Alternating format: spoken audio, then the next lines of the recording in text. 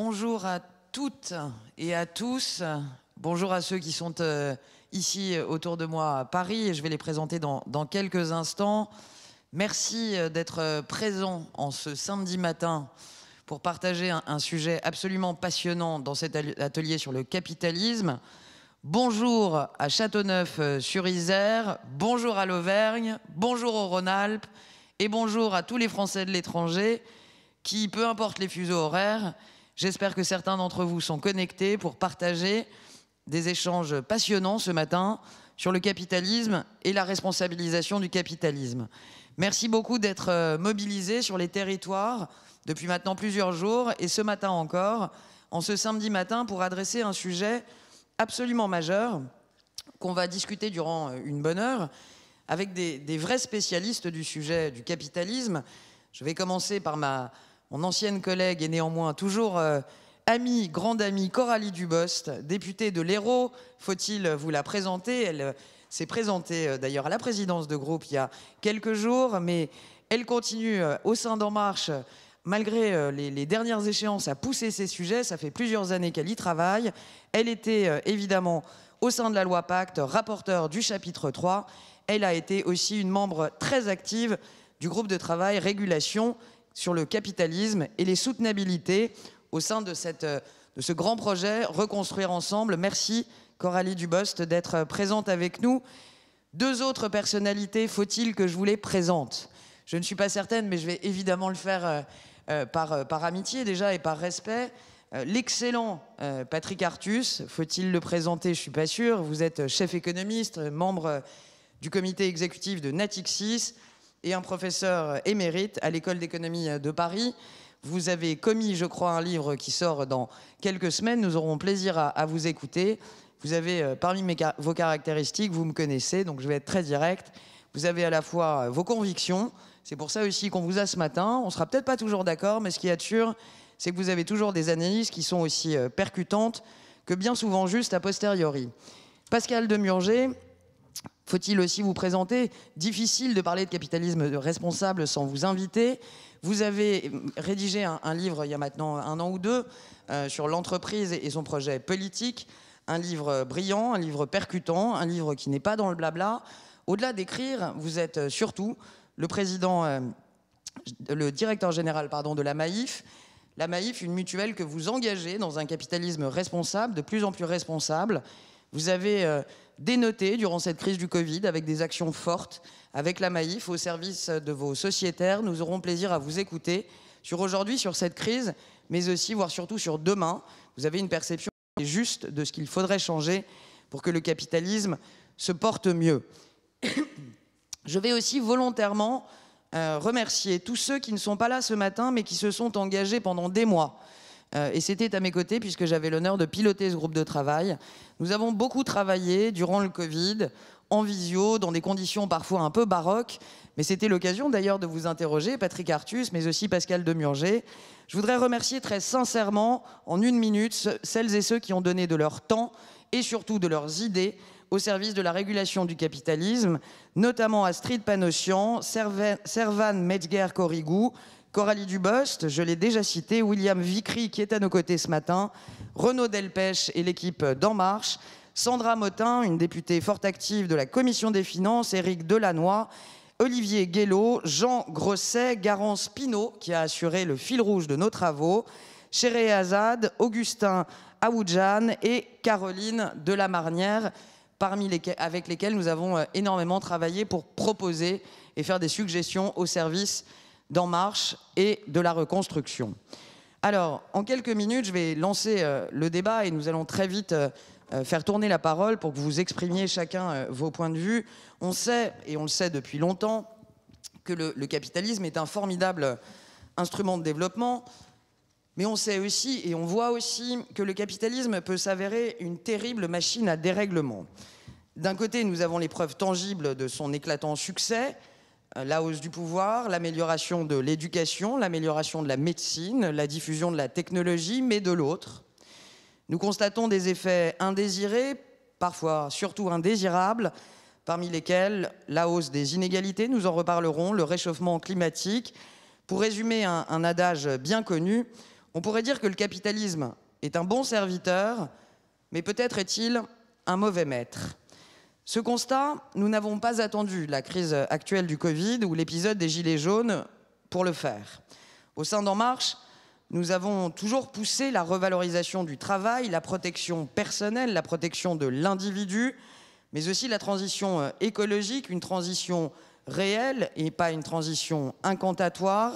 C'était déjà au cœur du programme d'Emmanuel Macron, mais il faut reconnaître, et on doit être lucide, que la crise actuelle, comme les épisodes sociaux des derniers mois, ont souligné l'urgence, la prégnance du changement. Le plan de relance qui a été présenté la semaine dernière va, je crois, dans ce sens, mais cet effort conjoncturel de 100 milliards devra absolument se doubler d'un travail approfondi, d'un travail structurel, que je pense que nous avons engagé depuis maintenant 3 ans, mais qu'il va nous falloir amplifier dès le début du projet de loi de finances. Avant de discuter très concrètement des propositions que le groupe de travail que j'ai eu l'honneur de piloter a faites, je vous ai présenté chacun des participants qui ont été associés de près à nos travaux et qui disposent d'un avantage non négligeable. Vous avez une expertise très complémentaire et vous avez une expertise qui est faite par l'expérience. Je vais d'abord très vite vous dire en 2 mots ce sur quoi j'aimerais qu'on échange ce matin. L'analyse est pour moi assez claire. L'État a démontré qu'il disposait de ressources insoupçonnées durant cette crise et d'une capacité de réactivité qu'on ne lui prêtait pas forcément. On le disait vieilli, on le dit souvent démodé, on le dit toujours et parfois à bon escient endetté, mais cet État a été au rendez-vous. Il a mis l'ensemble de notre économie sous perfusion. Il a fait preuve d'une réactivité incroyable pour venir au secours des entreprises. Il a protégé les salariés en mettant en place un dispositif de chômage partiel extrêmement généreux. Les entreprises, elles aussi, ont été en première ligne et ont joué un rôle majeur. Elles ont été contraintes de faire preuve de beaucoup d'agilité, au-delà du courage, beaucoup d'agilité pour maintenir, transformer leur activité durant le confinement. Et là encore, c'est la preuve que la règle du business as usual n'est plus si évidente. Elles ont été soutenues par l'État, par le biais du prêt garanti d'État, mais aussi par le biais du Fonds de solidarité. Et au final, elles ont aussi été donc indirectement soutenues par le contribuable. L'entreprise n'est pas un objet économique hors sol. Évidemment, les citoyens, et j'en termine, qui ont pris conscience depuis maintenant plusieurs années, et ça ne date pas de la crise, de leur pouvoir de consommateur. Nous n'avons pas fini, je crois, d'analyser les conséquences sociales du confinement, mais chacun a désormais en tête qu'il est possible de changer sa consommation, de changer ses pratiques d'achat, et l'ensemble des consommateurs, pendant cette crise, avant, mais certainement après, est de plus en plus en quête de sens. C'est autour de ces affirmations, ou de cette réaffirmation d'un triple pouvoir, qu'on voit se dessiner à travers cette crise, ces 3 pouvoirs qu'on va pouvoir appuyer pour relancer l'économie. Qui souhaite réagir en premier? Est-ce que je donne la parole, comme j'en ai envie, à l'économiste qui nous a toujours alertés contre un retour brutal de l'austérité, Patrick Artus? Vous allez peut-être démarrer et nous écouterons ensuite le chef d'entreprise pour qui l'entreprise du 21e siècle ne peut être que politique, avant évidemment que Coralie Dubosc, qui a toujours défendu la discussion et le dialogue social, plus exactement, mais aussi la labellisation des pratiques des entreprises. Comment aussi, Coralie Dubosc, vous voyez le chemin pour mieux guider le consommateur dans ces nouvelles réalités? Patrick Artus, on vous écoute sur la relance aujourd'hui, mais surtout demain. Oui, mais merci. Bonjour à tous. Alors, il y a énormément de sujets, donc je vais faire le tri. Je voudrais juste prendre 15 secondes pour parler du capitalisme et ensuite faire le pont avec les politiques que nous devrions mener aujourd'hui. Le capitalisme contemporain est assez particulier. Alors, en général, les gens disent tout ça a commencé avec l'horrible Milton Friedman dans les années 60. Ça prouve qu'ils n'ont absolument pas lu Milton Friedman. Et moi, je suis un partisan du capitalisme de Milton Friedman qui n'a aucun rapport avec celui que nous observons aujourd'hui. Ce que nous observons aujourd'hui de plus en plus, c'est une dérive où la rentabilité exigée du capital pour l'actionnaire est considérablement plus élevée que les taux d'intérêt normaux. Aujourd'hui, les États s'endettent à 0% et la rentabilité du capital pour l'actionnaire est de l'ordre de 13% et elle est en train de remonter. Et donc, rien ne justifie ni rien ne permet que toutes les entreprises génèrent un supplément de rentabilité qui soit de 13% par rapport aux taux d'intérêt normaux des États. Alors, comment le capitalisme réussit-il à faire 13% de rentabilité du capital ? Eh bien, par toutes sortes de choses que condamnerait Milton Friedman, contrairement à ce qu'on entend. Un, les monopoles. Et vous avez une concentration considérable des entreprises, ce n'est pas seulement les GAFA, c'est dans tous les secteurs d'activité. Deux, le levier d'endettement et le rachat d'actions. Trois, ce qui est la chose la plus discutée, mais qui n'est pas que le seul élément, la déformation du partage des revenus au détriment des salariés. Mais vous savez que c'est une pratique américaine ou japonaise, mais pas française.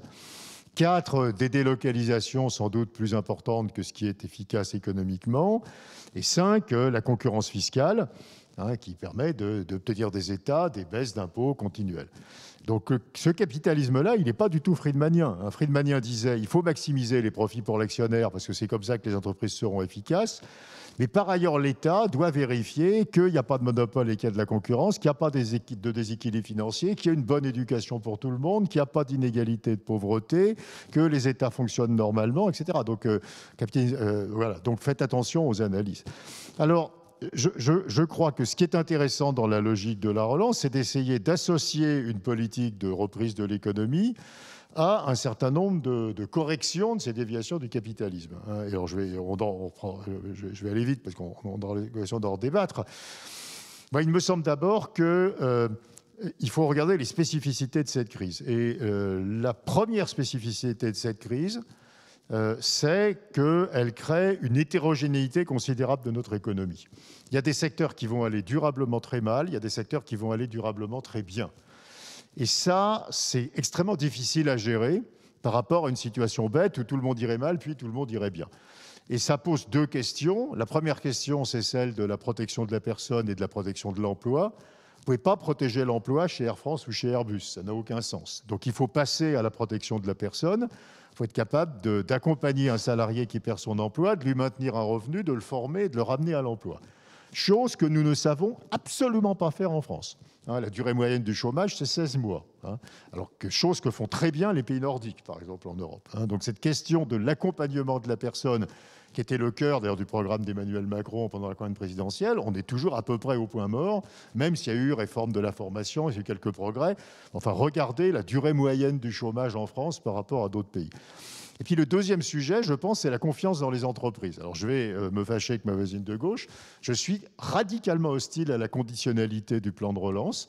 Je pense que c'est totalement incompatible, d'abord avec un fonctionnement normal du capitalisme, où l'État met en place de l'environnement des contraintes, mais ensuite laisse travailler les entreprises, et que c'est quelque chose qui empiète sur ce qui doit être le dialogue social en entreprise. Et je pense que la vraie solution, c'est ce que disait Laurent Berger il y a 48 heures dans Les Échos, la vraie solution, c'est un vrai dialogue social en entreprise, avec un rôle actif des syndicats, qui discutent avec les entreprises de, par exemple, qu'est-ce qu'elles vont faire des baisses d'impôts dans cette entreprise. Quel est le partage entre l'emploi, les salaires, l'investissement, la recherche, etc. Que c'est là que ça doit se passer et que l'État, pour des raisons philosophiques, ne doit pas le faire. Ce n'est pas son travail. Moi, je suis un ordolibéraliste allemand. L'État, il doit mettre en place un bon environnement, mais il ne doit pas se mêler des décisions des entreprises. Et deux, c'est beaucoup plus efficace dans un monde extraordinairement hétérogène où il n'y a pas deux entreprises qui sont dans la même situation, où donc une norme nationale serait radicalement inefficace. Voilà, je m'arrête là pour l'instant. Alors, je suis obligé de répondre avant de passer la parole à Pascal Demurger. D'abord, j'ai péché par libéralisme pendant des années, donc je suis une libérale sociale aujourd'hui et toujours évidemment et plus que jamais en marche, mais j'ai plutôt une formation libérale. Ça fait quelques jours que je promeus plutôt le terme de contrepartie plutôt que celui de conditionnalité. Vous avez parlé, pour moi, le mot essentiel dans votre intervention, c'est l'item de confiance. Pour le dire simplement, la confiance, et on le voit dans nos relations humaines, on le voit dans le couple, on le voit dans la famille, la confiance, ça ne se décrète pas. La confiance, ça suscite, ça se crée. Vous avez dit, l'État est là pour créer un environnement qui permet cette confiance, quelque chose auquel j'adhère totalement. Et la confiance, encore une fois, ne se décrète pas, elle ne se met pas sous condition. Vous ne dites pas à quelqu'un, je te fais confiance à condition que. La confiance, elle s'obtient. Moi, je pense que les contreparties, sur certains pans très précis du plan de relance, peuvent être regardées. On aura d'ailleurs des débats passionnants pendant le projet de loi de finances, j'en doute pas, avec nos collègues parlementaires. Déjà, je précise, je parle contrepartie et non conditionnalité, et je ne traite pas les 100 milliards sous l'égide de la contrepartie. Je pense que peut-être certains pans d'aide très directs pourraient être soumises à contrepartie, même si je prends le point passionnant que vous avez pointé, c'est-à-dire que les secteurs évoluent différemment, et donc une politique très homogène en matière de contrepartie serait problématique, parce que les réalités sont très différentes en fonction des tailles d'entreprise, des secteurs et même d'ailleurs des territoires. Donc, contrepartie, conditionnalité, quel est le rôle de l'État dans ce capitalisme qu'on souhaite plus responsable? Pascal Demurger. Merci, merci Olivia. Moi, je trouve que le débat part bien finalement. Hein. Vous avez posé, Olivia, le cadre en définissant ce que pourraient être les rôles respectifs de l'État, des entreprises et des ménages, des consommateurs. Et puis, évidemment, pour stimuler, au fond, hein, ce rôle, pour stimuler en tout cas les acteurs pour qu'ils jouent leur rôle respectif, se pose la question de comment on les motive, et évidemment le sujet de la conditionnalité ou des contreparties est au cœur de ce sujet. Pour ce qui me concerne, et bien avant la crise, et ça n'est que renforcé par la crise, moi ma conviction est que, et je crois que c'est une conviction désormais très largement répandue et partagée, ma conviction est que évidemment l'État a un rôle absolument majeur dans les régulations et dans, comment dirais-je, les transitions, hein, y compris écologiques, sociales, etc.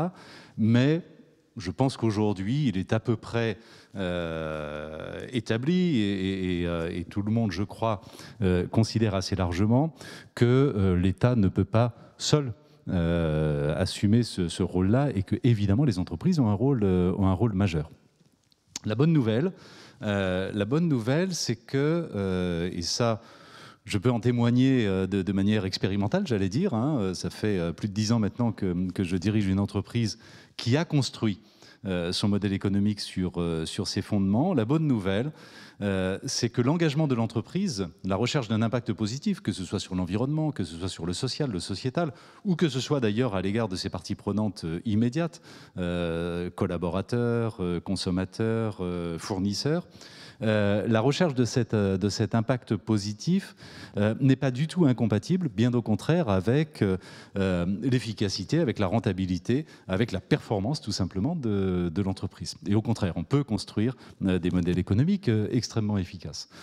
Encore faut-il que l'entreprise fasse cet effort, qui n'est pas complètement spontané. Ça veut dire que, au fond, le lieu de réconciliation entre l'engagement d'un côté et la performance de l'autre, en réalité, c'est le long terme.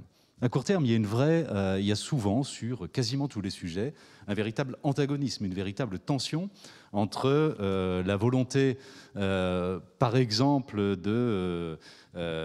d'améliorer l'épanouissement de ses collaborateurs, ou la satisfaction de ses clients, ou d'avoir un impact sur son environnement, et puis la profitabilité immédiate de l'entreprise. À court terme, il y a quasiment toujours une opposition. En revanche, à long terme, on pourrait y revenir éventuellement, je ne crois pas que ce soit le cœur du débat, on peut tout à fait construire des modèles dans lesquels on réconcilie l'un et l'autre. Mais encore faut-il effectivement que les dirigeants d'entreprise basculent sur cette vision de long terme, sur cette préférence pour le long terme. Encore faut-il que les actionnaires accompagnent ces dirigeants. Et clairement, l'entreprise ne modifiera pas radicalement ses comportements et ne le fera pas rapidement si il n'est pas démontré qu'il y a un intérêt financier relativement rapide. Et je crois que c'est là qu'on arrive sur le rôle, à la fois d'ailleurs des ménages et de l'État. Je crois que le rôle des ménages, il est en train d'évoluer considérablement. Que les personnes soient consommateurs, consommatrices ou salariés, leur comportement à l'égard de l'entreprise est en train d'évoluer. Il y a quand même de plus en plus de consommateurs qui exigent de leur entreprise qu'elle ait un comportement correct, j'allais dire, qu'elle ne détruise pas la planète dans sa production, etc. Et donc de plus en plus de consommateurs qui sont vigilants à la manière dont l'entreprise se comporte. C'est évidemment une stimulation très forte pour les entreprises. De la même manière, du côté des salariés, on voit aujourd'hui que la marque employeur d'une entreprise est extrêmement dépendante de son comportement et sa capacité à attirer ou non des jeunes talents va dépendre énormément du sens qu'elle se donne, de la mission qu'elle s'assigne et du comportement qu'elle a.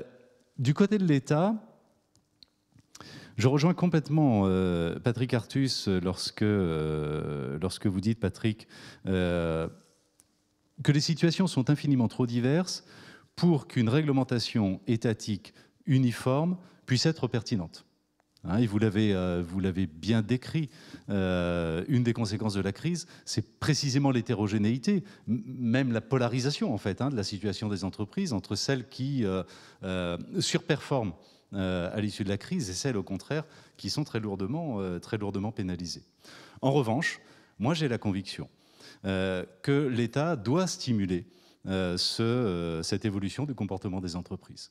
Je pense qu'elle peut le stimuler sous une forme, je n'ai pas peur du mot, de conditionnalité. Il est légitime que lorsqu'une entreprise crée des externalités négatives, ces externalités négatives ayant par hypothèse un coût ensuite pour la puissance publique, il faut bien réparer les dommages environnementaux qui ont été causés. Il faut bien réparer les dommages sociaux qui ont été causés.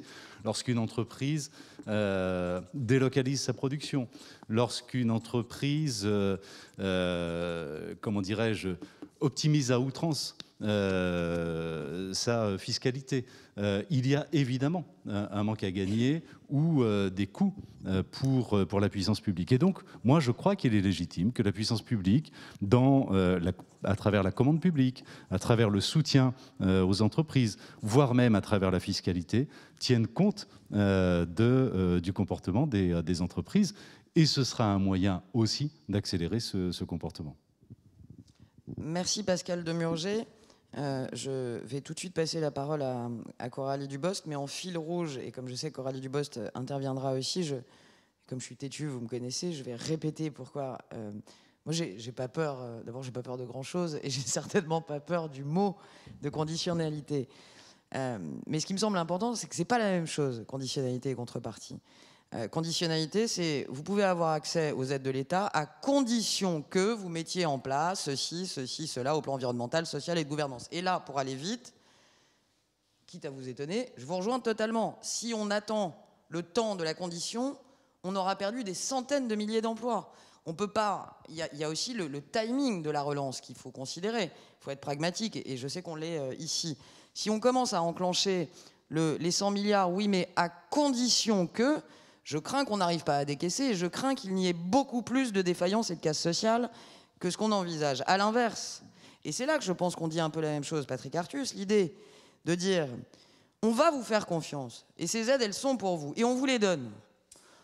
Une fois qu'elles sont données, on veut aussi qu'il y ait du suivi dans l'exécution et on veut pouvoir voir sur certains items qui sont pour partie d'ailleurs publics, je pense notamment au partage de la valeur, à la participation, à l'intéressement, qui sont des informations souvent publiques, d'encourager ces pratiques-là une fois que l'exécution du plan de relance est en cours. Et si jamais, comme le dit Bruno Le Maire, mon excellent ministre de tutelle, on se rend compte que des entreprises se sont, pardonnez-moi les marcheurs, entre guillemets, foutus de l'État et ont moqué la parole de l'État, alors il faut que l'État puisse aussi pouvoir réagir. Je le dis parce que je pense que c'est pas la même chose que de faire confiance, de donner, en disant, en gros, nous prenez pas pour des oiseaux. Plutôt que de dire, attendez, on va voir ce que vous êtes capable de faire et en fonction, dans 8 mois, on vous donnera peut-être 100 000 euros. C'est pas la même dynamique, pour moi, ces deux termes, et je risque d'être casse-pied, mais je pense que c'est pas la même chose. Juste deux mots, vous aurez noté, Olivia, que je n'ai pas parlé du plan de relance. Lorsque je parlais de conditionnalité, je parlais de commande publique, je parlais de fiscalité, je parlais de politique structurelle. Je ne parlais surtout pas de plan de relance et de l'urgence à le mettre en œuvre, et je vous rejoins complètement sur le plan de relance. Coralie Dubost, puis Patrick Artus. Bon, déjà, bonjour à toutes et tous. Je suis très heureuse, même si on est à travers des écrans et tous masqués. Je vous vois masqués, c'est bien, tout le monde joue le jeu. On a aussi le petit gel hydroalcoolique. Je suis très, très heureuse d'être avec vous. On a beaucoup de chance d'avoir Olivia, effectivement, ex-collègue devenue fabuleuse secrétaire d'État, qui a piloté ce groupe de travail, alimenté les débats depuis la loi Pacte. Je pense qu'on parle de ça, Olivia, depuis la préparation de la loi Pacte. Ça fait des années, elle était présidente de la commission spéciale, j'étais rapporteur, on a préparé le texte avec Bruno Le Maire. Et c'est vrai que c'est un débat qu'on a depuis plus de 3 ans qui a été finalement percuté après le vote de la loi par cette crise Covid. Et comment est-ce qu'on l'adapte le lendemain, alors que ça faisait déjà 2-3 années qu'on était dessus, qu'on avait voté des textes. Et finalement, le contexte, les circonstances nous ont obligés à remettre à plat l'ensemble. Pardonnez-moi, j'ai la voix éraillée. À remettre à plat l'ensemble des décisions que nous avions prises et de voir comment est-ce qu'on les poursuivait, on les relançait, on leur donnait une dynamique dans cette suite. Sur ce débat, juste sur la confiance, c'est intéressant. Je voulais essayer de dézoomer un petit peu et de sortir du champ économique. C'est peut-être la casquette philo du droit là, qui arrive. Sur le rôle de l'État. Quand on dit qu'il y a perte de confiance, entre le consommateur éventuellement et l'entreprise, dans l'image, qu'il y a perte de confiance entre le salarié et l'entreprise, qu'il y a perte de confiance des nouvelles générations dans leurs perspectives d'emploi, de dynamique et de construction d'une vie, qu'est-ce que ça signifie ? Ça signifie forcément, cette perte de confiance, que l'État va être tenu à un moment donné d'intervenir. Non pas parce qu'il est nécessaire, de façon doctrinale et idéologique, qu'il intervienne durablement, mais ce qui est sûr, c'est que ce qui fonde la légitimité d'un État et son intervention, c'est toujours le sentiment d'insécurité du peuple. Toujours. Alors au début, et pendant des siècles, ça s'est construit autour de l'insécurité physique. Mais ça, on l'a dépassé. Aujourd'hui, on n'est plus dans des questions de « est-ce que je vais survivre et j'ai besoin d'un État pour m'aider à survivre physiquement ?» Aujourd'hui, la population, elle est beaucoup plus dans des questions autour de comment je serai en sécurité en matière d'emploi, en matière de capacité à entreprendre, à me développer, etc. Et c'est pour ça que la question se pose aujourd'hui et qu'on est vraiment dans un changement de dynamique et de civilisation où comment est-ce qu'on fait intervenir l'État pour permettre à chacun, comme nous le disions effectivement pendant la campagne, de s'émanciper parce que l'État pose un contexte qui va lui permettre de se saisir de toutes les opportunités pour avancer dans sa vie. Alors une fois que c'est dit, il faut le faire. Et passer de la théorie à la pratique, c'est évidemment éminemment plus complexe. Vous avez cité plusieurs de nos réformes qui ont été adoptées, les milliards qui ont été injectés dans la formation, qui ont été injectés dans la transition écologique, qui ont été injectés pour accompagner les entreprises qui avaient de nouvelles dynamiques. Mais on pense qu'il faut aller encore plus loin. On a adopté cette loi Pacte, qui a quand même eu un énorme volet historique. Et alors là, dans le Code civil, ça n'avait pas été fait depuis 200 ans, où on est venu pointer du doigt, nommer, responsabiliser tout ce qui était en matière d'impact social et environnemental dans l'activité des entreprises. C'était du jamais vu. Donc véritablement, il y a des signaux forts qui ont été envoyés par l'État et envoyés en confiance avec les entreprises, comme le dit Olivia, de façon à le susciter et non pas à le conditionnaliser. Quand j'ai continué à travailler avec Olivia sur la loi Pacte, moi j'ai choisi de me concentrer sur les petites structures. Donc je vais m'extraire des débats sur les grandes structures, même si j'aurais probablement un avis à donner. Mais j'aimerais bien aussi qu'on parle des petites structures, des TPME, qui sont quand même 98% de notre activité en France. Il faut le dire. Ils sont partout, ils font les efforts tous les jours, et ils sont extrêmement engagés. Et moi, je dois témoigner, à la fois en tant que député de l'Hérault et en tant que parlementaire qui bossait sur ces sujets, qui conduisait cette mission avec Bercy, avec Fela Himalayen et Jean-Paul Chaperon sur la labellisation des TPME en matière de responsabilité sociale et environnementale, on a eu des chefs d'entreprise et des chefs-feux d'entreprise absolument extraordinaires en termes de réaction pendant cette crise Covid. Il y a énormément d'innovations sociales qui ont été mises en place, environnementales aussi, mais surtout sociales. Moi, j'ai vu des chefs d'entreprise qui se sont posé la question véritablement pendant l'adaptation du travail à distance, avec le confinement, etc., de quel est le bien-être là de ma secrétaire dans les conditions de travail qu'elle a ? Quel est le bien-être de mon collaborateur qui est bloqué dans une situation de physique, matérielle d'appartement où il ne peut pas travailler correctement ? Comment j'adapte tel type de sujet ? Et ils ont pu, avec le confinement, prendre du recul sur la façon dont pouvaient vivre leurs collaborateurs, sur la façon dont l'activité pouvait se dérouler et sur comment réinventer le travail de leur structure avec les collaborateurs pour que chacun se trouve être en posture d'une dynamique nouvelle, épanouie épanouissantes et qui permettent de redémarrer et de relancer dans de bonnes conditions. Donc moi, je pense fondamentalement que cette crise, elle aura eu des enseignements extrêmement positifs pour les TPME. Je ne parle pas encore du 74, on est d'accord? Si? Non, mais parce que après, on a un échange avec vous et je veux surtout pas louper ces échanges-là non plus. Donc, je vais tout de suite passer la parole. On est sur l'item de confiance et je vais mettre les pieds dans le plat, mais j'ai envie de vous entendre. Faisons confiance, vous dites Patrick Artus, c'est plutôt mon ADN. On fait confiance depuis les années 60 en matière de partage de la valeur. On fait confiance aux entreprises, accessoirement, c'est leur bénéfice, leur performance et leur patrimoine. Donc ça me semble être la moindre des choses que de leur faire confiance. Mais qu'est-ce qu'on constate aujourd'hui? C'est qu'on a une terrible injustice quand même. Quand on est un jeune et qu'on se présente, que tu ailles envoyer ton CV dans une TPME en héros ou que tu ailles présenter ton CV dans une belle mutuelle comme la Maïf ou dans une grande entreprise du CAC 40, tu n'as pas accès aux mêmes conditions, tu n'as pas accès aux mêmes primes de participation, d'intéressement, tu n'as pas accès à la capacité de te constituer un patrimoine par le biais de l'actionnariat salarié, de la même façon dans une TPME et dans une grande entreprise. Moi, j'ai envie de faire confiance, évidemment. Comment ça se fait, Patrick Artus? Et comment vous voyez ça? Moi, je veux bien qu'on n'ait pas à poser des conditionnalités, contreparties, etc. J'entends que c'est certainement pas le rôle de l'État et tout. Moi, j'entends votre point de vue. Mais comment on fait quand on se rend compte qu'après 50 ans, le partage de la valeur, en réalité, alors que depuis des années, on a quand même aussi connu de la croissance, le partage de la valeur, c'est quand même pas franchement développé dans un certain nombre de structures. Est-ce que vous pensez pas là, par exemple, je prends les grandes entreprises, on a 80% de participation et d'actionnariat salarié. Est-ce que vous pensez pas là que l'État pourrait donner une impulsion, une incitation pour aller à 100% d'actionnariat salarié dans les grandes entreprises? Oui, alors juste, je vais répondre en même temps que je réagis sur Pascal. Je suis entièrement d'accord. Je pense que à nouveau, je fais la propagande de l'ordolibéralisme allemand, donc école de Fribourg, années 30. L'État doit mettre en place, un environnement favorable. L'environnement favorable, ça veut dire une fiscalité raisonnable, de la stabilité financière, un système éducatif et de formation qui marche, de la concurrence, qu'il n'y ait pas de monopole, etc. Et deux, l'État doit s'occuper de toutes les externalités. Et chez Friedman aussi, d'ailleurs.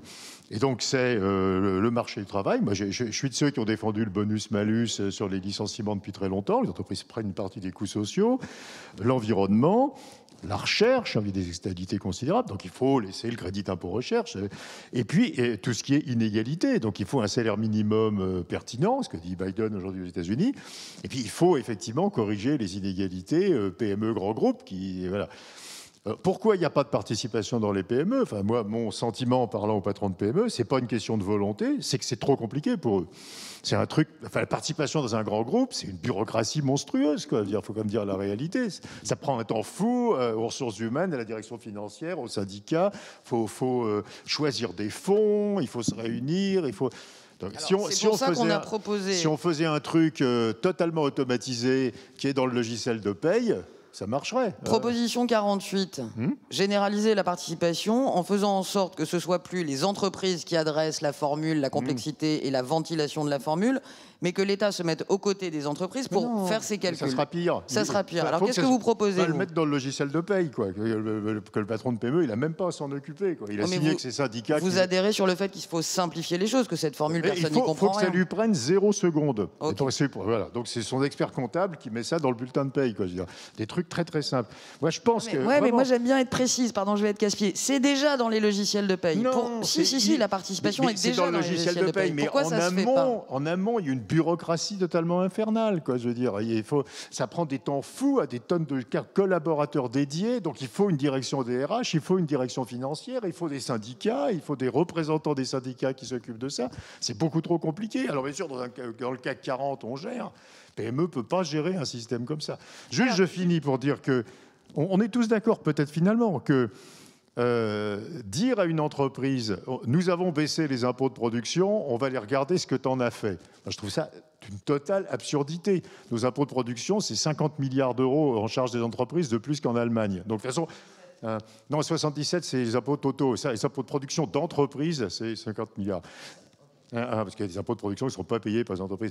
Et voilà, donc on les baisse, mais on n'a absolument aucune légitimité. On met juste un bon environnement. On n'a aucune légitimité à aller regarder ce qu'en font les entreprises.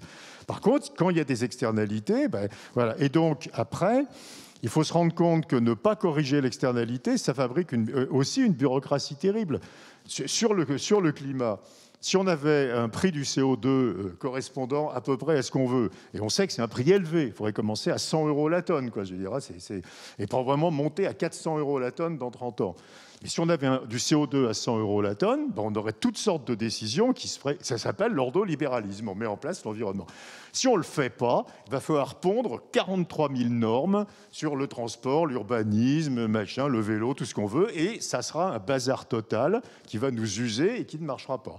Donc, il faut revenir à une approche ordolibérale, donc mettre en place l'environnement avec quelque chose de simple qui ensuite dirige les comportements de façon automatique.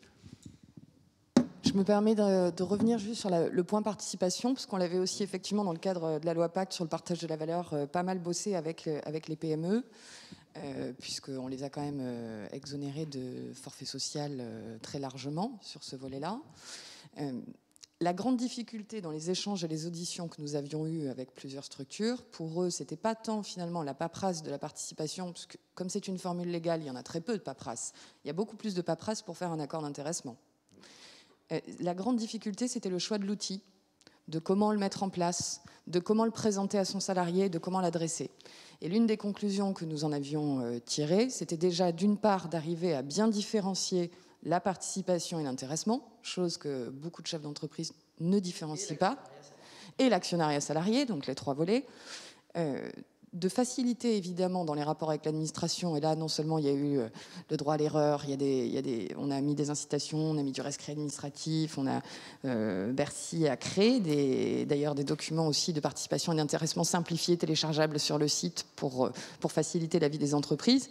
Et après moi je porte une conviction, je m'en excuse parce que c'est pas forcément porté par le texte en soi, mais sur les territoires et dans les territoires, il faut aussi accompagner les PME pour qu'elles se créent des services supports partagés qui leur permettent de dépasser cet enjeu de la paperasse. Alors, on arrive à avoir des experts comptables qui bossent pour plusieurs boîtes. On pourrait faire exactement la même chose sur l'accompagnement RSE. On pourrait faire exactement la même chose sur l'accompagnement dans le partage de la valeur, sur la décision stratégique pour des plus petites structures. Et ça n'a pas encore été impulsé dans les cultures de territoire. Et pourtant, je suis assez convaincue que ça nous permettrait de surmonter cet argument. Et je pense d'ailleurs que parfois, les banques pourraient prendre un rôle actif en la matière et permettre de faciliter la vie des entreprises. Et que sur certains points, on ne peut pas forcément tout attendre de l'État et que des acteurs du privé qui se disent engagés peuvent aussi se mobiliser pour mettre à disposition, éventuellement, faire du partage de compétences ou autre, à disposition des plus petites structures. Pascal Demurger, par rapport à tout ce qu'on s'est dit, et je crois que c'est vous qui avez utilisé le mot, ou Patrick Artus, je ne sais plus. C'est intéressant de vous entendre. Vous êtes politique, je dirais, au sens noble du terme, c'est-à-dire que vous vous intéressez à la gestion de la cité, vous êtes un directeur général d'une grande mutuelle militante et engagée. Comment vous ressentez, vous, ces débats?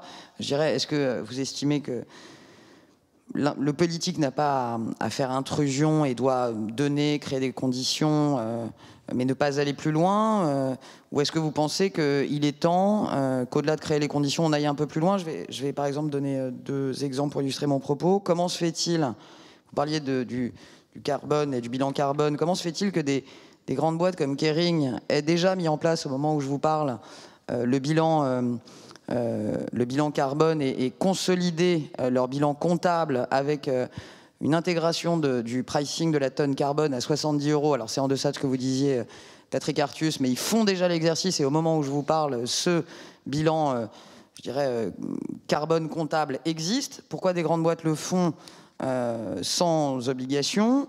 Est-ce qu'il faut aller plus loin dans les obligations et comment se fait-il qu'au-delà de votre ADN, des mutuelles comme la vôtre aient fait, si vous avez 2 secondes pour le rappeler, ce que vous avez fait pendant le Covid, alors qu'il nous a fallu parfois rappeler assureurs et mutuelles à leur devoir pendant ces moments difficiles?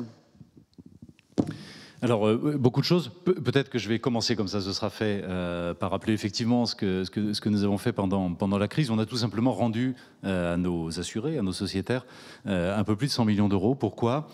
Tout simplement parce que qui dit confinement dit véhicules immobilisés. Si les véhicules ne roulent plus, il n'y a pas d'accident. Et s'il n'y a pas d'accident, l'assureur s'enrichit. Et qu'il était, de mon point de vue, totalement inimaginable que l'on tire un profit quelconque de la crise sanitaire. Et donc il était plus que légitime, plus que normal, presque incontournable, en tout cas d'un point de vue éthique, de rembourser à nos assurés, à nos sociétaires, les sommes correspondantes. Et en effet, hein, vous l'avez dit, Olivia, évidemment, rien ne nous y contraignait, et certainement pas l'État, ni quoi que ce soit. Mais je crois qu'à un moment donné, il faut aussi assumer ses responsabilités et prendre ce genre d'initiative. Moi, je suis complètement d'accord, et d'ailleurs Patrick l'a souligné, hein, avec ce qu'a dit Patrick sur le rôle de l'État, à la fois internalisation des externalités et définition d'un cadre propice au développement économique et au fonctionnement et à l'épanouissement des entreprises. Et je suis complètement favorable dans ce contexte-là, bien sûr, à une relation qui soit la plus confiante possible entre les différents acteurs, et y compris entre l'État et les entreprises. À la Maïf, juste pour l'anecdote, nous avons appelé notre plan stratégique l'audace de la confiance. Hein, et c'est vrai que la confiance pour un assureur à l'égard de ses assurés, c'est relativement audacieux. Ça n'est pas spontané et ça n'est pas le mode de fonctionnement habituel, classique d'une société d'assurance. En tout cas, pour moi, la confiance, c'est un extraordinaire, c'est une extraordinaire source de dynamisme et de bon fonctionnement. Parce que tout simplement, quand enfin, j'allais dire, vous, non seulement vous faites confiance aux gens, mais vous manifestez de manière concrète cette confiance, par exemple dans le management, en laissant beaucoup plus de marge de manœuvre, dans la relation assureur-assuré, en n'étant pas a priori suspicieux lorsque un assuré fait une déclaration de sinistre, mais au contraire en cherchant à l'accompagner positivement, etc. Ça a un effet sur le comportement des individus ou sur celui des entreprises, si on parle de ce sujet-là, qui est extraordinaire. C'est d'une puissance assez étonnante. Hein. Et je crois que ce que l'on dit sur à la fois la régulation et la relation de confiance, qui peut passer d'ailleurs par la contractualisation, n'est évidemment pas du tout incompatible. Après, vous l'avez dit tout à l'heure, Olivia, il faut que l'on accélère. Sur les sujets environnementaux comme sur les sujets sociaux, la situation est suffisamment critique pour qu'il y ait une absolue nécessité d'accélérer. Et dans ce contexte de nécessité d'accélération, je crois que l'État doit organiser des incitations suffisamment puissantes pour que les entreprises modifient leur comportement. Ces incitations, elles peuvent passer, et elles doivent sans doute prioritairement passer par le marché. Par exemple, des incitations permettant d'orienter le consommateur de manière encore plus nette qu'aujourd'hui vers des entreprises plus vertueuses. Ça s'appelle la notation, ça s'appelle la labellisation, ça s'appelle en tout cas la reconnaissance par l'État, par l'Europe, peu importe, la reconnaissance des différences de comportement entre les entreprises pour permettre aux consommateurs de choisir en connaissance de cause, j'allais dire, les entreprises auprès desquelles il va consommer. Alors, merci, sans transition, et je suis sûr que les génies d'En Marche font en sorte que on s'entend depuis Auvergne-Rhône-Alpes et que des questions vont pouvoir être posées. Le temps que l'animateur envoie la première question, et par amitié pour nos collègues français de l'étranger, on a 2 questions qui viennent à la fois du Royaume-Uni et d'Allemagne, et je suggère qu'on démarre pour changer, peut-être par l'étranger, parce que c'est aussi ça notre ADN. Laure du Royaume-Uni nous questionne, je vais vous laisser répondre. On essaye de répondre rapidement pour pouvoir faire pas mal de questions. Plutôt que la participation, demande Laure, ne faudrait-il pas rendre obligatoire l'actionnariat salarié dans toutes les entreprises? Alors, je vais tout de suite vous répondre, comme ça ce sera fait. Me concernant, c'est un outil qui est profondément d'ailleurs dans l'histoire et la culture économique française, l'actionnariat salarié. On est un grand pays de l'actionnariat salarié. Et je pense que c'est une des mesures, pour ma part, qui pourrait être très intéressante à déployer dans les années qui viennent, d'encourager notamment, peut-être pas de la même façon, mais les moyennes et les grandes à aller vers beaucoup plus d'actionnariat salarié. L'actionnariat salarié, c'est le partage du patrimoine, c'est le partage du sens et de la vie de l'entreprise, de l'avenir de l'entreprise.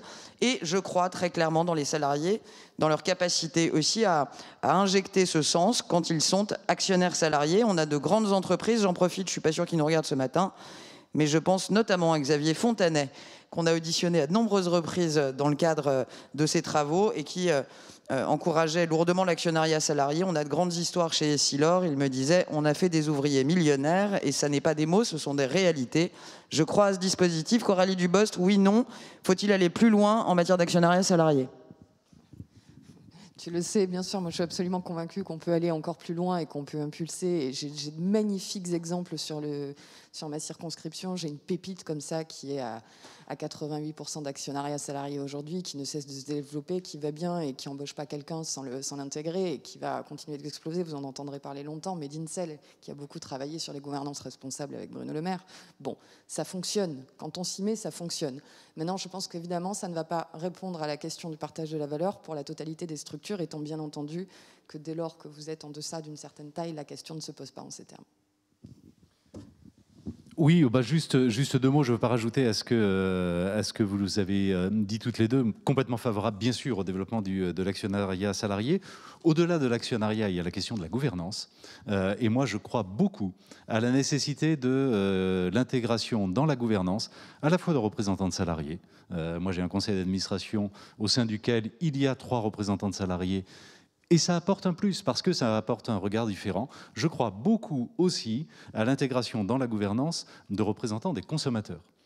Par hypothèse, étant une mutuelle, mon conseil d'administration est principalement composé de représentants des consommateurs, des assurés, et ça apporte forcément, sur les décisions à prendre, un regard complémentaire extrêmement intéressant. Patrick Artus. Oui, sur l'actionnariat salarié, on est tous d'accord. Juste une réserve.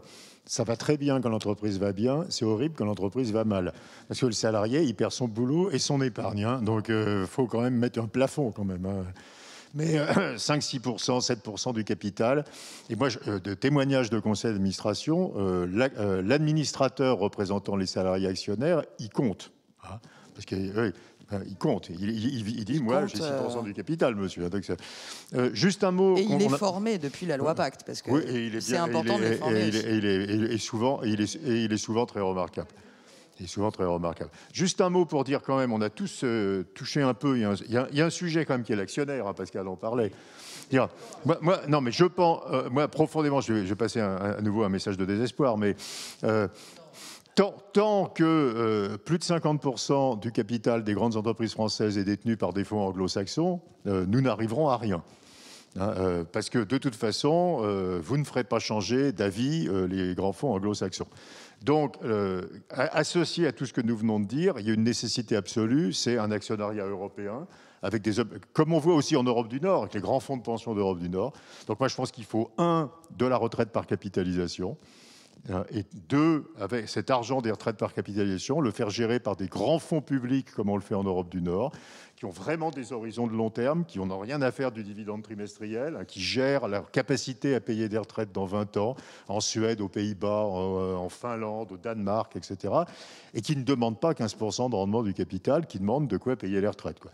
Et tant qu'on n'aura pas ça, quoi qu'on dise, quoi qu'on fasse, entreprise à mission, machin, si mes actionnaires, c'est le fonds de pension des pompiers de Chicago, de toute façon, je devrais cracher 15% de rentabilité. Alors, société à mission, machin... Modèle ordolibéralisme. Ouais. Mais j'ai ouï dire, mais vous êtes plus informé que moi, mais j'ai ouï dire qu'il y a quand même un petit sujet qui font que les fonds anglo-saxons et américains, accessoirement, sont aussi en train d'opérer un mouvement important. Avec une mauvaise foi totale, parce qu'il y a le discours et puis il y a la réalité de ce qu'ils demandent. Hein. Ça m'a pas échappé, mais il y a la réalité de ce que va faire l'Europe l'année prochaine. Entre ce que M. BlackRock écrit dans la presse et ce que M. BlackRock dit quand il est dans le bureau du PDG, je peux dire que ce n'est pas le même truc.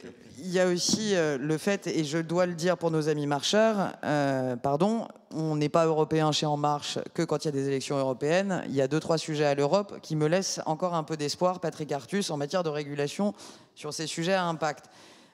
Vous êtes prêts? On a une question du public. Donc, associé à tout ce que nous venons de dire, il y a une nécessité absolue, c'est un actionnariat européen, avec des comme on voit aussi en Europe du Nord, qui est grand fonds de pension d'Europe du Nord. Donc moi, je pense qu'il faut, de la retraite par capitalisation, et 2, avec cet argent des retraites par capitalisation, le faire gérer par des grands fonds publics, comme on le fait en Europe du Nord, qui ont vraiment des horizons de long terme, qui n'ont rien à faire du bilan trimestriel, qui gèrent la capacité à payer des retraites dans 20 ans, en Suède, aux Pays-Bas, en Finlande, au Danemark, etc., et qui ne demandent pas 15% de rendement du capital, qui demandent de quoi payer les retraites. Et tant qu'on n'aura pas ça, quoi qu'on dise, quoi qu'on fasse, entreprise à mission machin, si les actionnaires, c'est le fonds de pension des banquiers de Chicago, de toute façon, je devrais cracher 15% de rentabilité. Alors, société à mission machin, ouais. Oui, j'ai ouï dire, mais vous êtes plus informé que moi, mais j'ai ouï dire qu'il y a quand même un petit sujet qui trouve les fonds anglo-saxons et américains accessoirement. Sont aussi en train d'opérer un mouvement important. Avec une mauvaise foi totale, parce qu'il y a le discours et puis il y a la réalité de ce qu'ils demandent. Hein. Ça m'a pas échappé. Il y a la réalité de ce que va faire l'Europe l'année prochaine. Entre ce que M. BlackRock écrit dans la presse et ce que M. BlackRock dit quand il est dans le bureau du PDG, je peux dire que c'est pas le même truc.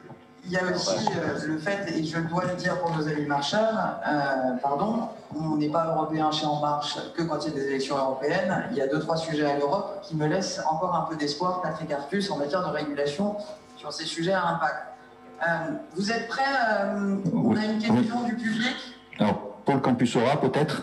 Est-ce qu'il y a une question? Associé à tout ce que nous venons de dire, il y a une nécessité absolue, c'est un actionnariat européen, avec des comme on voit aussi en Europe du Nord, qui est grand fonds de pension d'Europe du Nord. Donc moi, je pense qu'il faut, de la retraite par capitalisation, et 2, avec cet argent des retraites par capitalisation, le faire gérer par des grands fonds publics, comme on dit en Europe du Nord.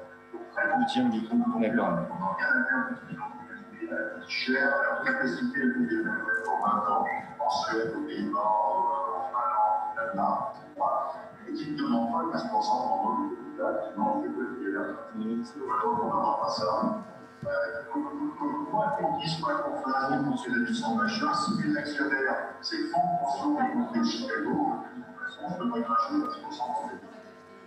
Alors, société à mission machin, ouais. Oui, j'ai ouï dire, mais vous êtes plus informé que moi, mais j'ai ouï dire qu'il y a un petit sujet qui trouve les fonds anglo-saxons et américains accessoirement sont aussi en train de faire un mouvement important. Avec une mauvaise foi totale, parce qu'il y a le discours et puis il y a la réalité de ce qu'ils demandent. Alors ça m'a pas échappé.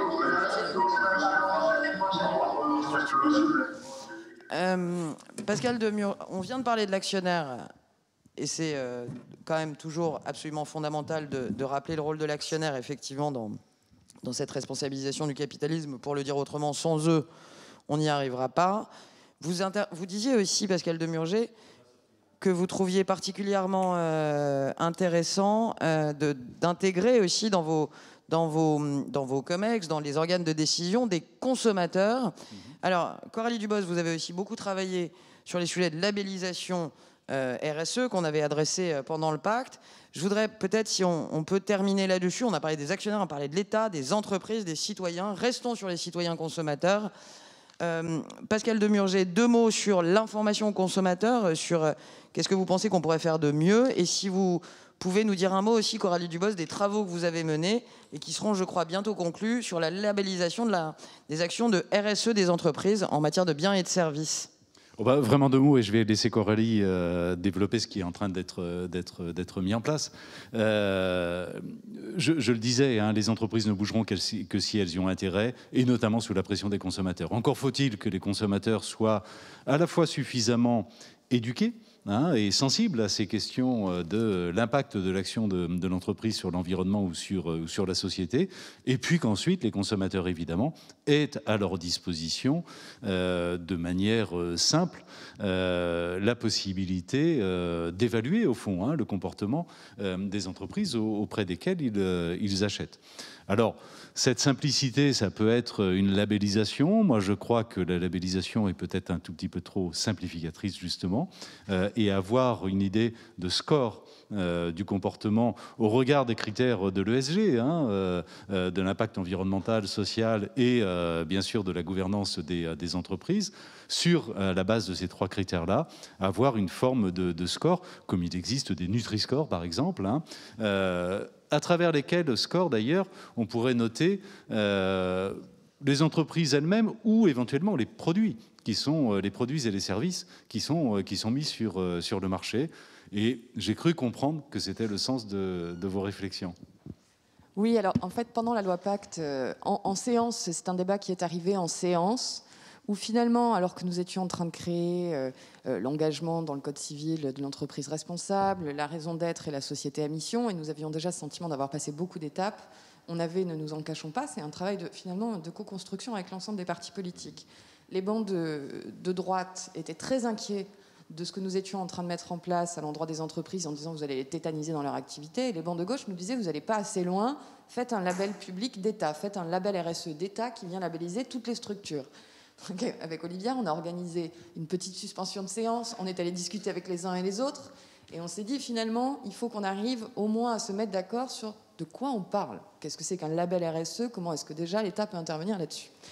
Et c'est pour ça qu'on a créé dans cette loi Pacte une mission qui est en train de se conclure, que j'ai eu la joie de mener avec les personnes que je vous ai citées tout à l'heure, Jean-Paul Chaperon et Fela Himalayenne, qui est au Global Compact. C'est de se dire, déjà, on en est où des labels en France? On en a combien de labels aujourd'hui?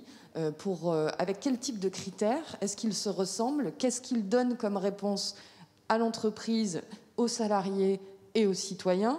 Et puis finalement, on s'aperçoit qu'en gros, on a environ 800 labels. C'est pas une forêt de labels, c'est l'Amazonie des labels en France. Donc quand vous approchez le millier de labels avec des critères tous très différents, certains très exigeants, d'autres moins, certains exigeants sur l'engagement, d'autres exigeants sur la méthode, certains exigeants sur le résultat, d'autres exigeants sur le progrès entre les résultats, vous n'avez évidemment absolument pas les mêmes clés de lecture. Et oui, et le salarié, et l'entreprise, et le citoyen peut s'y perdre.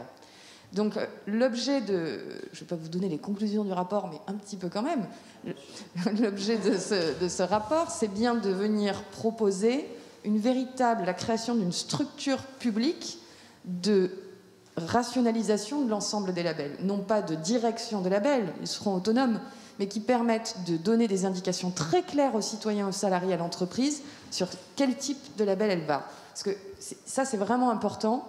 La question, c'est est-ce qu'on va venir évaluer l'engagement d'une structure qui va se passer par la gouvernance? Est-ce qu'on va venir évaluer la méthode qu'elle met en place qui répond à cet engagement? Est-ce qu'on répond le résultat de la méthode ou sa capacité à progresser? Ou est-ce qu'on évalue les produits qui n'ont plus rien à voir avec l'engagement de la structure, mais le produit lui-même? Et vous pouvez avoir un engagement très fort, des process très adaptés, de bons résultats, mais avec un produit très complexe à l'origine en termes d'impact social et environnemental, vous pouvez avoir de grandes difficultés à avoir un bon résultat, là où d'autres structures qui feraient moins d'efforts en termes d'engagement et de méthode auraient un produit plus simple finalement à partager. Donc c'est tout cela maintenant, et on entre dans cette ère où l'État va prendre sa part d'accompagnement dans la lisibilité à l'endroit du concitoyen, du consommateur, mais aussi du salarié et des entreprises. Merci Coralie Dubost, et ce rapport sera présenté très prochainement puisque c'est un engagement pris au Parlement et que moi j'ai maintenant rejoint le gouvernement, mais le gouvernement se doit toujours de répondre aux sollicitations du Parlement et d'ici quelques semaines, Coralie Dubost le rendra public. Un immense merci, Patrick Artus, Pascal Demurger, je pense qu'on n'a pas fini de se reparler et de parler de ce sujet. Merci Coralie Dubost, merci à tous ceux qui, non sans courage, en ce samedi matin, ont pris du temps pour parler de sujets qui relèvent quand même de notre avenir en commun. Je vais tous vous renvoyer à la page 23 du document. Je remercie l'intégralité des membres du groupe de travail, les députés qui se sont engagés, les marcheurs. Lisez ces propositions. Évidemment, je ne suis pas objective, mais Je peux vous dire qu'on a rarement autant travaillé en commun et avec sérieux, avec des intervenants externes de qualité, vous l'avez vu, pour fournir des propositions qui volent, comme on dit, et qui ne sont pas des élucubrations ou de l'incantation. N'hésitez pas à les commenter, n'hésitez pas à les critiquer, n'hésitez pas à les amplifier. C'est page 23, renforcer l'action des entreprises pour l'intérêt général. Et je peux vous dire qu'il y a peut-être que quelques lignes, mais si on faisait ça, ça pourrait être pas mal. Je ne suis pas sûr que Patrick Artus soit d'accord avec tout, mais en tout cas, on partage quand même certaines nécessités. Merci à tous pour votre attention et belle journée. Je crois que les débats continuent ardemment. Merci à En Marche pour l'organisation. Merci aux marcheurs toujours d'être à nos côtés, aussi attentifs, et à très bientôt.